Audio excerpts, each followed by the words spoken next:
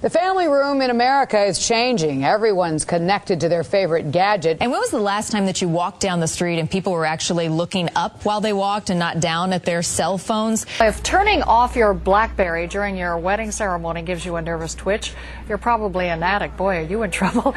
Is your dinner time offline or online?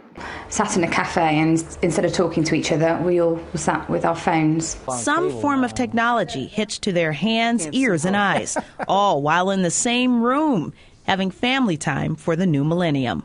I've got a teenager who is always checking his PDA. I've got a workaholic husband who's always trying to check his PDA. So what has happened to us that we can't be without being in arm's length of our cell phones, our smartphones, our tablets, all of it? There is a bit of scientific evidence that says, yes, in fact, this can be considered an addiction. When does this being hooked to all of our devices become an addiction? When do we cross over that line? When it begins to interfere with our normal activities, our normal relationships. I'd rather be online or on my device versus with a real human being.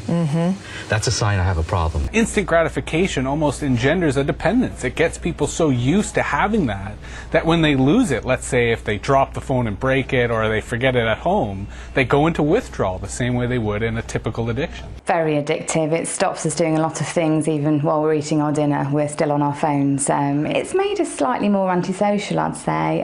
Rather than sort of sitting there talking, we're more likely to sit there playing on our phones, which isn't that great, really. Thanks to technology, fewer words are spoken in the Reed home. But the internet itself is an addiction. Certainly I know people who could not go a day without getting on the internet and talking with their internet friends. So sometimes we need to do a technology detox.